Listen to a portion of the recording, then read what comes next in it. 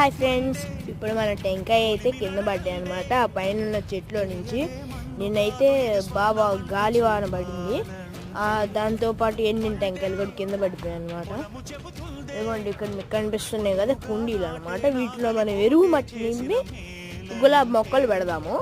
అది మీకు నెక్స్ట్ పార్ట్లో చూస్తే నిందక్కలు బీగుతున్నానని చెప్తాను కదా. అప్పుడే చాలా వాటికి బీకేసేసాము. కుండీలు తెస్తున్నప్పుడైతే కుండీ కింద పడి పగిలిపోయింది అనమాట. చూడండి, అది 3 ముక్కలు అయిపోయింది.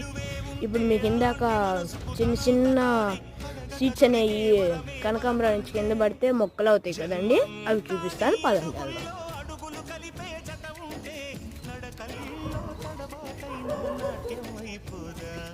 ఇదిగోండి, ఇక్కడ మీకు చిన్న చిన్నవి కనిపిస్తున్నాయి కదా, కనిపిస్తున్నాయి కదండి, అవి అన్నమాట.